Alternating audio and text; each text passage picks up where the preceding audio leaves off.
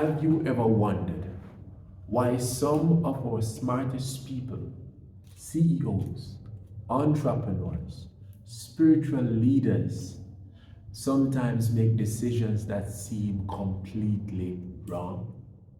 Today we're going to uncover why intelligence alone does not release the fullness of wisdom, and how the Bible goes in depth to give us a blueprint as to how to apply these wisdom and understanding to life and to our business. A quick definition speaks to smart as being knowledgeable and being able to think quickly on the fly. While when you speak to wisdom, it is applying that knowledge and being able not just to be ethically or sound in your response, but understanding with experience that are mixed, knowing how, knowing when, and knowing why you are going to give insight toward a particular decision or situation that arises.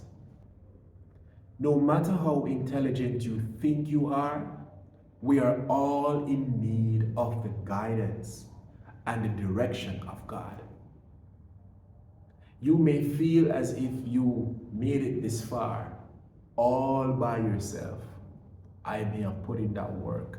I may have been up studying. I may have been taking a move that I had a gut feeling and it was all about me. But I'm here to say to you, I'm so sorry, that without God that giving you that energy to push on, you would have not been here. You would have not made it this far.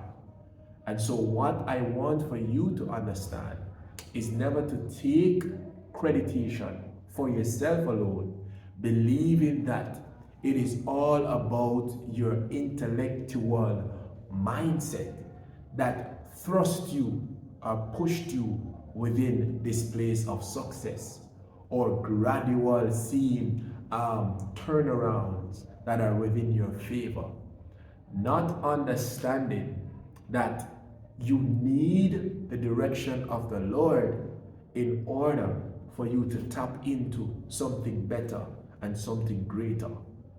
You may be applying all that you know, doing all you think you should be doing, and forgetting a simple thing as acknowledgement.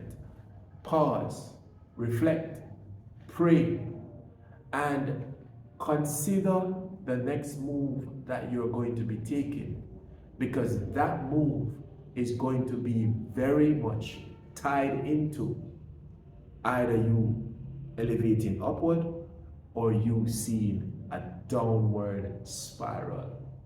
Here is a key insight. Knowledge coupled with God insight. And when I say God insight, I'm speaking about spending the time to seeking God first, bringing your information to the Creator. In the book of St. Matthew 7, it speaks about asking, seeking, and knocking. And there's a response that follows after each of these. It says, if you seek, you will find. If you knock, the door will be open. And if you ask, it shall be given to you. Which means, if you go to God, take your plans and what it is that you're thinking about. How would you like to go about doing this? And you share this in sincerity. You would have connection. You would have maybe a smooth situational thing that takes place. There's so many different ways that it can come. But nevertheless, because you would have taken it to God, He allows a transformational work to start to take place in your life, in your business. And you are just connecting the dots real easily, all because you never lack the will or the ability to believe that all that you think you know is enough. Be very careful not to be found in a confirmation bias or a tunnel vision, What do I mean by this? Some persons can be so caught up in the information that they think they know, and this is what they need to be doing, and not understanding that on the road, on the path, there has been signs, there has been telltale signs, there has been things that came along your way and has been saying to you, this is not the right time, this is not the right move. You may need to slow down. You may need to take it easy. You're traveling on the highway, and if you're not reading the signs carefully, especially if you're traveling by night, especially if you're in a storm, and all these things are happening, and you're saying, I know the way, I don't need a GPS, and I'm pushing forward and not spending the time to realize that the signs are there to guide you. If there wasn't any sign, anyone could have done anything that they wanted and would have ended up where they think they should, nevertheless. But I submit to you that you should consider not just be careful of the tunnel vision. It is good to be focused. It is good to be locked in, steadfast, knowing where you're going, having purpose, being true to yourself, but also you want to also take in that deep breath and understand that where you are now, it is a means because you spend time in acknowledging God, and you are applying yourself, calling on every wisdom that is within you so that you can proceed to the next level. And for you to continue on that path, you also need to apply and be true to yourself all that you are encompassing, you are experiencing. Persons may be giving you suggestions. You may get up in the morning and you would have came across a particular information that is also applied if you allow it. And just throughout that whole day, it takes a different change because you allow what was shown, what was said, and you ponder on it, you prayed on it, and things started to operate even much easier. And you yourself sometimes may be saying, how is this possible?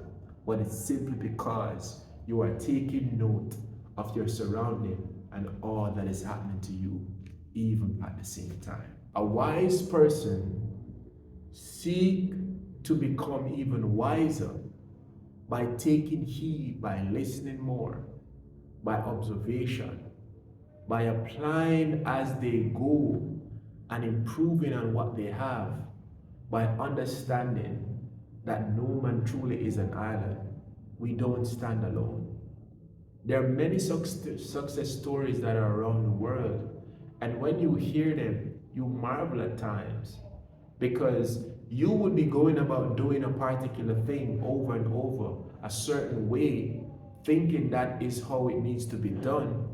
And the moment you started to shift your approach and taking a different way of acting and applying, and you start to realize that there is a switch.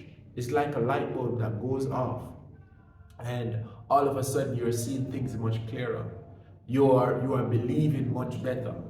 You're realizing that you're locked in, but you're not just tunnel vision, thinking one-sided or one track.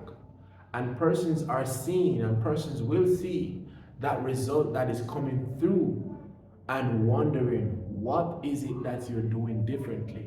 And it's simply because you are taking in all that you need to around you as a sponge, but you're doing the basic godly principles by seeking counsel, by seeking in prayer, by spending time in acknowledging your Creator. And by doing that, God allows a flow to be activated like never before.